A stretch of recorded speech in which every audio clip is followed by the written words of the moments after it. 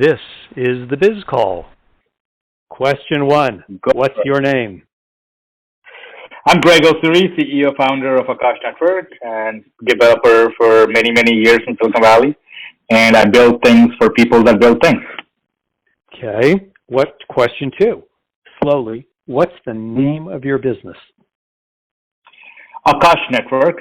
It is the world's first and only decentralized open source cloud.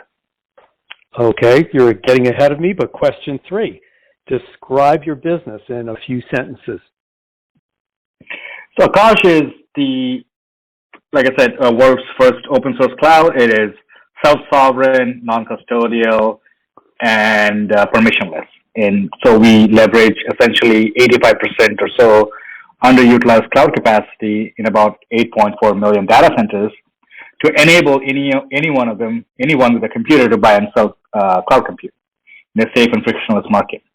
And the advantage is the tenant, the purchaser of compute, right now experiences anywhere from 8x to 10x lower cost than what you would pay Amazon and or Google or Microsoft. Okie doke. Question four. What's your revenue model? The revenue model is what we like to describe it as tokenized open source software. So we have a token that has incredible properties when it comes to income generation. One of the properties is take rate. That means there is a transaction fee that token captures that gets distributed back to token holders. Overclock Labs is the company that created Akash Network and holds a good portion of tokens through which it earns income. Okay, so this is really high level stuff. So dumb it down for me. So if you look at, when I said Akash is a self-sovereign system, what that means is it operates and is governed by a set of people, and their ownership is captured in something called a token, a cryptographic token, right? So, and this token, by holding this token and staking this token, you secure the blockchain, essentially. And the governance of the token, of the network itself, happens on chain, and each token has one vote, right? Okay. So you lock up these tokens.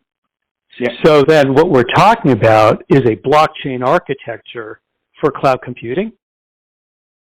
Correct. Akash uses the blockchain to create these open marketplaces. Without blockchain, we cannot create an open, sustainable marketplace. Okay, that makes it clearer for me. Question five, are you brick and mortar, online, or both? Well, we are fully virtual. We have physical offices, but that barely gets used. We do have a hardware component called Akash Super Mini. So I think you would describe it as having a physical product as well as online presence. So maybe hybrid is a better word. Good. Okay. Both is fine. Question five. Yeah. I'm sorry. Question six. How did you decide to get into this business? I found it. Been a 25-year veteran in programming. Last 10 years, I've been focused primarily on developer tooling, making developers' life easy. Founded a company called Angel Hack. It's known as the world's largest hackathon organization with over 200,000 developers. There I helped launch several developer companies. A notable one would be Firebase, which was acquired by Google in 2014. And a problem that I've seen common across developers is how do you take something you developed on your workstation and make it available to your customers or your users through this thing called the cloud. And over and again, it became obvious that the biggest friction point lies there. So I wanted to solve this problem, and I wanted to do so in a way that's not sort of like threatening, or that's not centralized, and that you can trust that's going to be around for a long time. So that's why the idea of being open, being self-sovereign came into a picture. And the genesis really is to make developers' life easy and make cloud computing a lot cheaper. So with that sort of motivation, we started the company in about 2015. we launched the network in Akash Network in 2017, and now we're growing right now in a double digits month over month. Okay. Question 7. Why would customers choose you over your competition? A big reason right now is cost. Like I said, you can say right now some of the customers are experiencing 8x cost savings than Amazon Fargate, which is a product of Amazon. And more importantly, cost is definitely a carrot, right? So but more importantly, it's open. So it's unstoppable, it's permissionless. No one can stop you from using Akash, including myself. And I cannot take it down if you're running on Akash, right? No one can, except the holder of the key. And it's very attractive to especially to workloads, to applications or businesses that want certainty. So right now we are in a very uncertain environment where deplatforming is a thing, right? So the thing about deplatforming is you have no certainty if you're a business. If some of your employees, goes online and talks something that the platform that's serving you doesn't align with, you can get deplatformed, right? So there's a big reason of having the sovereignty and having this business guarantees over business continuity. So we are seeing a lot of companies using Akash as a disaster recovery or a failover kind of thing. And third is it's very extensible. So if you're a developer, you want to build really cool things. You don't want to go to Amazon because it's a closed platform, and there's no way you can trust a closed platform to have your interests at their heart, because they're going to do what they would normally do. Amazon enters, gets into businesses, and they try to shut down industries, right? So a lot of folks don't like that. And I think if you consider cloud computing as the fabric for modern society, Akash is an open alternative that's owned by the people. So to summarize, it's just a cheaper, high-quality compute that's self-sovereign and open, and that's permissionless and unstoppable, and the very unique offering Akash provides to the market right now. Okay, so right now I'm completely fascinated, okay, because it took me a while to get on-ramped into this whole thing. And so I'm going to ask you question 7A that's not even on our list, but I think our listeners would be interested.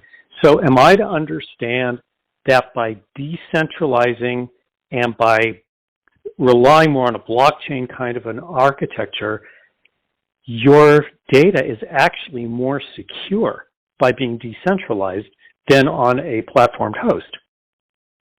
100%, absolutely. It's a lot more secure because the ownership and accessibility for your data is on chain. The actual data is not on chain, but the rights as to who can access this is on chain. So that guarantees absolute sovereignty, right? So no one, and of course, also puts you responsible to secure your own keys, right? If you lose those keys, no one can recover your workloads. But at least having that control is very, very important. Okay, so now, world today, yeah. Oh, I'm sorry. Go ahead. Yeah. Finish your thought. The world today, money has always been cash, right? Money or your assets. You normally actually have a lot of control over your assets, but over time, world got comfortable with the idea of using custodians to custody your assets, right? And we're right now in a situation where you don't have an option except to use a custody, right? And so, and you're only as strong as the custodian's security infrastructure. Increasingly, security is crumbling, right? We're seeing that a lot. You're seeing a lot of hacks happening almost on a monthly basis, right? So we cannot trust a custodian unless they're transparent. So being fully transparent and being fully open increases security to a level that a closed custodian cannot guarantee. Yeah, that's fascinating. Question 8, and I think I know the answer here. Question 8, what's the exit strategy or long-term goal for Akash? So there is no exit strategy. We have $1 trillion market right now, right? The exit strategy is to acquire the $1 trillion market eventually. And Akash is an open system, right? So anyone can use it. And we are currently making the growth at which we're seeing right now, and there's no reason for me to not think that we won't reach the 100% market penetration.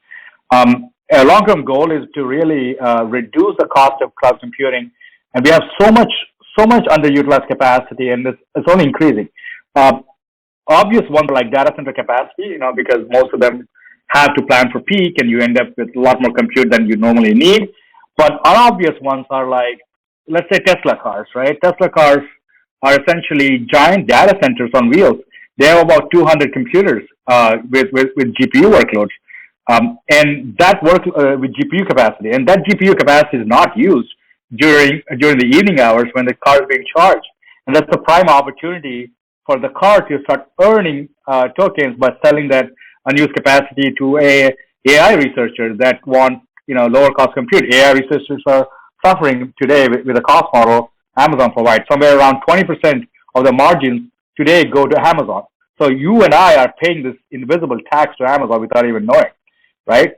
So, I think it's very dumb. While we have so much compute capacity and that's increasing, we're not able to tap into this capacity, and we're being blocked by these centralized guardians that tell us what compute capacity we can use and we cannot use. I think our long-term goal will be to get these devices to talk to the cloud and earn income, and thereby increasing the efficiency of cloud computing globally. I got to tell you, I didn't even know anything about this until I called you, and this is just blowing my mind, man. Question 9. What are you doing to actively increase your business? Well, so we're heavy on growth and BD, right? So we have like organic. Most of our adoption is coming through organic channels, essentially. But in blockchain partnerships, integrations, and communities we see these 3 pillars as our critical growth and adoption channels, right? Over the next few quarters and throughout the year, we are ramping partnerships while getting feedback from developer community. Our priority right now, we have a lot more demand than we can actually, I guess, process, right? So our challenge right now is to be diligent about like not shooting ourselves in the foot and overscaling too early, but so that we can get an opportunity to really learn about our users and really take a more diligent approach, because these things, they're very slow at first and then suddenly take off, right? Slow at first and then sudden, right? So right now we want to keep our growth double digits, and that before it gets too out of control. And double digit growth is still a phenomenal growth number, I think. Yeah. Question 10. How do you, I don't know if this will even make sense. How do you measure your marketing success? Well, our success is, we have a few core metrics that we quantify around the success, and we have qualitative metrics, right? From a core metric is very, very straightforward. It's basically how many applications are being done, daily active users, we call them, right? When I say we are growing to double digits, that's the metric I'm talking about. And more importantly, like really, I think at the stage we are in, we're fairly early stage. Qualitative success is not important, right? So asking questions about like, how do you feel about deployment? How long does it take to deploy on Akash? Right now, the number is somewhere about 1 hour for a new developer to kind of get to our website and deploy a workload. We want to cut that down to 10 minutes, right? So cutting down the deployment time and increasing our daily active leads is how we measure success. Okay, fair enough. And also to add a little more context, we have a phenomenal marketing team led by our Chief Growth Officer, Molly Lee. She leads global growth, marketing, community, adoption at Akash, and she's an award-winning product manager. And she worked previous to Akash. She worked at AdRoll. She ran growth there, Eventbrite, Lucasfilms, and she launched the Star Wars games, and Nintendo. And it's fairly experienced in like getting into like unknown industries and really scaling them up. She even ran growth at Relativity Space, which did 3D printing rockets. So it's fairly, and she's been with us for a little over a year and a half, and I think a lot of the success goes to her efforts with growth. Alrighty, question 11 can be yes or no. Are you profitable? Yes, very. Good. Question 12, how many employees do you have? Currently 17, but I think it'll be 35 by the end of the year. Wow. Okay, 13 and 14, two sides of the same coin.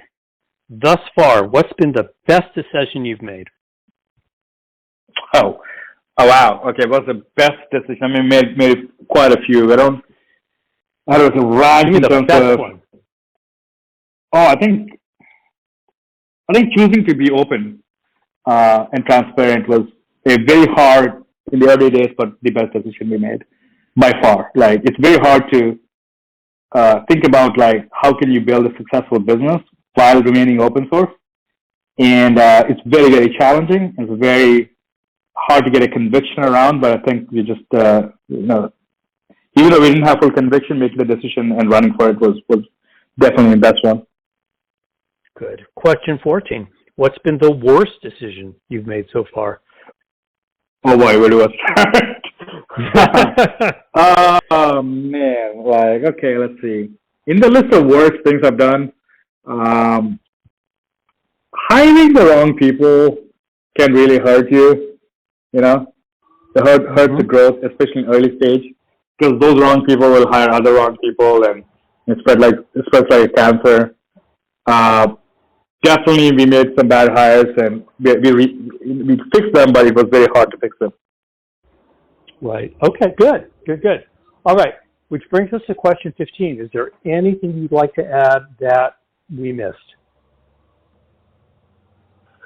Well, so I'm really excited. I mean, we launched the mainnet and our product into production about in the beginning of March, and we're seeing a lot of exciting things. I think later this year we're coming up with GPU marketplace. It'll be the world's first open marketplace for GPU compute, and it's a big deal because GPU segment is suffering right now. Like I said, 20% of their margins go to Amazon, and we have enormous capacity, enormous GPU demand. Some of the customers are spending about $1 million to $2 million a month on GPU right now. They want to come to Akash. So really excited about it. And if you want to keep up to date, we are very, very active on our Twitters, and we have some updates coming up every week. But definitely every month we have like something major coming up. Follow us on Twitter. Our handle is AkashNet _